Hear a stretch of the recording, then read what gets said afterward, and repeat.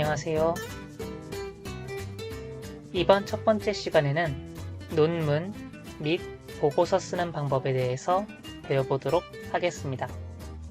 여러분들이 생각할 때 논문이란 교수들이나 전문가들이 쓰는 대단한 글이라고 생각할 겁니다. 여러분들은 무엇을 써야 할지도 모르겠고 주제를 잡는 것조차 어려울 수 있습니다.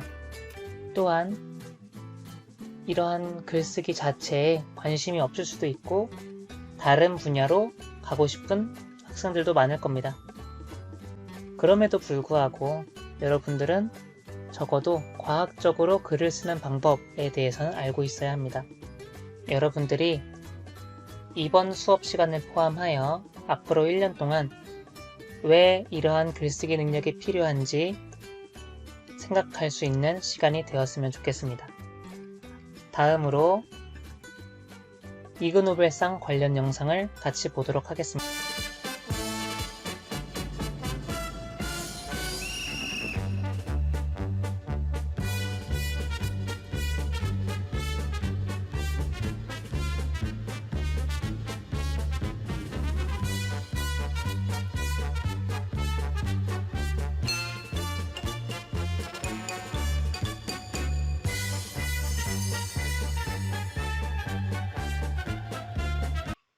네, 여러분, 영상 잘 보셨나요?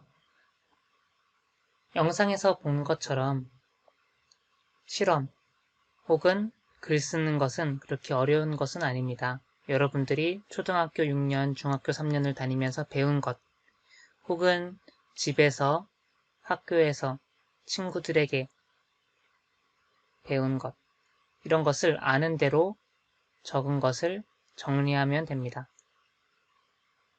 여러분들이 우선적으로 해야 될 것은 평소 궁금했던 것, 길을 가다 문득문득 떠오르는 아이디어, 집에 가는 길, 학교 가는 길, 혹은 집에서 학교에서 생활하면서 불편했던 점, 바꾸고 싶었던 점, 이런 것들을 한번 적어보는 겁니다.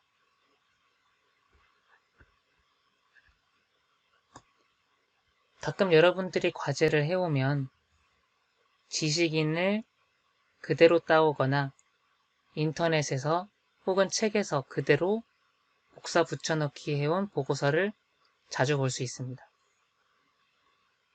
이러한 글들은 그 사람들의 글, 그 홈페이지의 생각일 뿐이지 여러분의 생각은 아닙니다. 여러분이 생각하는 것, 여러분이 불편한 점, 여러분이 만들고 싶었던 점을 글로 쓰는 게 논문, 보고서라고 생각하시면 됩니다. 그럼 이제부터 논문의 목적에 대해서 알아보도록 하겠습니다. 논문은 학술적 성격, 과학적 사고력의 성격, 전문적인 성격을 갖고 있습니다. 먼저 학술적 성격이란 학문 발전을 위한 학술적인 성격을 말을 하며 이는 과학 연구 과정에서 논증적인 글을 기술하는 데 있어서 과학적 방법이 사용되었음을 의미합니다. 두 번째로 논문에는 과학적 사고력이 들어가는데 주장과 논거가 명확하며 논리적인 연계성에 따라서 기술이 됩니다. 세 번째로 논문은 전문성을 가지는데 특정 분야의 전문가 집단에 진입하기 위한 필수 과정으로 논문의 우수성을 통해 전문가로 인정을 받게 됩니다. 저는 여러분들이 논문 혹은 과학 보고서를 작성을 하면서 논리, 증거를 갖춘 글, 과학적인 방법을 사용하며 논리적인 연계성을 갖고 있는 사람이 되었으면 좋겠습니다. 이를 통해 여러분들은 대학을 가거나 여러분이 원하는 직종의 일을 할 때 그 분야의 전문가로 충분히 인정을 받게 될 것이라고 생각합니다. 논문은 아래와 같이 세 가지 요건을 구비해야 합니다. 첫 번째는 독창성, 두 번째는 객관성, 세 번째는 윤리성입니다. 독창성이란 새로운 해석, 새로운 실험 방법, 그 다음에 실험 방법으로 범위가 확장되거나 연구 방법이 독창적일 경우 혹은 새로운 관점을 제시하는 경우를 말을 합니다. 여러분들이 처음부터 끝까지 모두 새로운 것이 아니라 부분적으로 이번엔 주제만 살짝 바꿔볼까? 주제만 조금 더 확장해볼까? 연구 방법을 바꿔볼까? 나머지는 같더라도 실험 방법을 다른 걸 해볼까? 결과는 똑같더라도 다르게 해석해볼까? 이런 것들이 모두 독창성에 해당됩니다. 두 번째는 객관성인데 통계자료, 문헌자료, 기초한 논거의 치밀함, 정확함, 혹은 재현 가능성을 모두 포함합니다. 재현 가능성이란 내가 한 실험이 어느 누가 하더라도 똑같은 결과가 나와야 함을 말을 합니다. 세 번째로는 윤리성이 있습니다. 여러분들이 방금 말씀드린 것처럼 네이버 지식인이나 아니면 기타 웹사이트에서 그대로 가져오는 표절과 위조의 행위는 하면 안 되겠습니다. 다음으로 논문의 구조에 대해서 알아보도록 하겠습니다. 논문은 초록,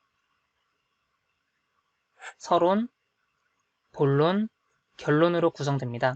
먼저 초록에 대해서 알아보겠습니다. 초록이란 논문의 내용을 간결하게 정리하여 전체 내용을 보지 않아도 쉽게 정보를 제공할 목적으로 만듭니다.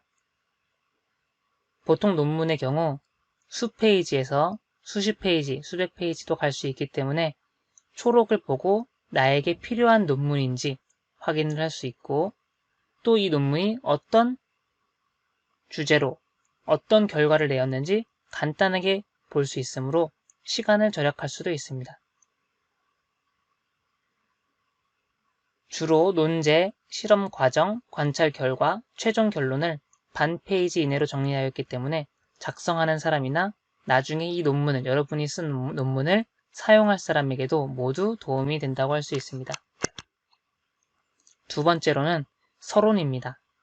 서론에서는 독자와 저자 사이에 정보 격차가 매우 크기 때문에 이를 줄이기 위해 관련 연구의 흐름, 문헌 조사의 내용, 이론적 배경을 기반으로 연구의 필요성과 목적을 밝히는 것입니다. 서론에서 대부분의 이론적 배경을 모두 써주는 게 논문을 읽는 사람 입장에서는 매우 도움이 많이 될 것입니다.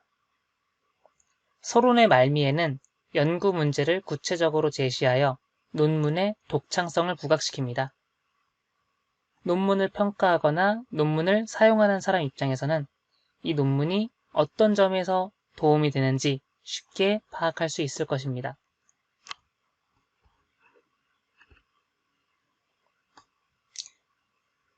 서론은 연구사 검토, 문헌을 이용하여 연구의 흐름을 파악하는 것으로 내가 이 논문을 쓰기 이전에 비슷한 논문을 누가 썼는지, 어떻게 썼는지, 어떤 결과가 나왔는지 파악하는 것을 말을 합니다. 이 과정을 통해 여러분들은 불필요한 실험을 줄이거나 방향을 바꿔볼 수가 있습니다. 또한 자기만의 논문을 만들 수가 있겠죠. 두 번째로는 문제 제기입니다. 내가 이 논문에서 무엇을 하고 싶어 하는지 충분히 표현을 할 수 있습니다. 세 번째로는 연구의 의의와 중요성입니다. 내가 이 논문을 쓴 이유, 목적, 그 다음에 읽는 사람 입장에서는 내 논문이 얼마나 도움이 될지 말을 해줍니다. 연구의 방향, 한계와 범위, 역량, 활용도를 추가로 언급할 수 있습니다. 중요한 논문의 본론입니다. 본론에서는 연구 방법을 서술합니다. 연구의 대상에 대한 배경을 언급하고 연구의 진행 과정을 시간적 순서에 따라 연구에 사용된 각종 도구, 장비에 대한 설명 역시 제시를 해줍니다. 또한 자신이 무엇을 준비하고 무엇을 수행하는지 충분히 기록을 하고 연구 결과에서는 실험이 인과관계가 어떠한지 알아보도록 하는 것입니다. 따라서 이에 관한 원인과 결과의 정보가 잘 드러나도록 데이터를 표 혹은 그래프로 가시적으로 제시합니다. 또한 통계를 분석하여 결과를 제시하기도 합니다. 결과에는 사실만 기록하는 것이며 주관적인 해석이나 논의는 쓰지 않습니다. 또한 읽는 사람을 고려하여 가독성을 중시합니다. 본론에서는 연구 방법과 연구 결과를 모두 진술하며 사실적으로 정확하게 표현해야 합니다. 연구 결과 및 논의로 제시된 결과를 특정 이론에 근거하여 해석해야 하며 합리화해야 합니다. 연구 결과는 분석되고 논증의 전제로 사용되기 때문에 적합한 이론을 사용해야 합니다. 결론에서는 연구 결과를 해석한 근거로 자신의 주장을 제시하며 논의가 결과와 다른 점은 결과를 해석한 경위를 제시한다는 점입니다.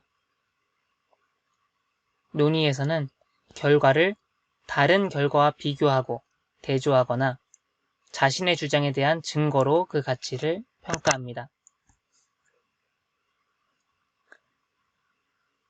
모든별 논의를 통할 경우 만들어진 전제를 바탕으로 모둠의 주장을 담은 논증을 제시합니다. 또한 연구의 기대 효과나 재현을 추가적으로 제시하기도 합니다. 마지막으로 여러분들이 서론이나 본론에서 언급된 선행 연구 문헌과 논의에서 사용된 문헌들을 적어줍니다. 이러한 참고 문헌은 제목, 출판사, 발행 연도, 몇 판인지, 개정판인지, 몇 쪽에서 몇 번째 줄을 참고하였는지 적어주시면 됩니다. 이번 시간에는 논문 및 보고서의 구성과 구성 요소에 대해서 알아보았습니다.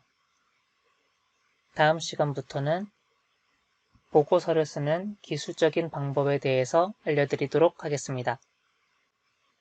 수업에 열심히 참여해 주셔서 고맙습니다.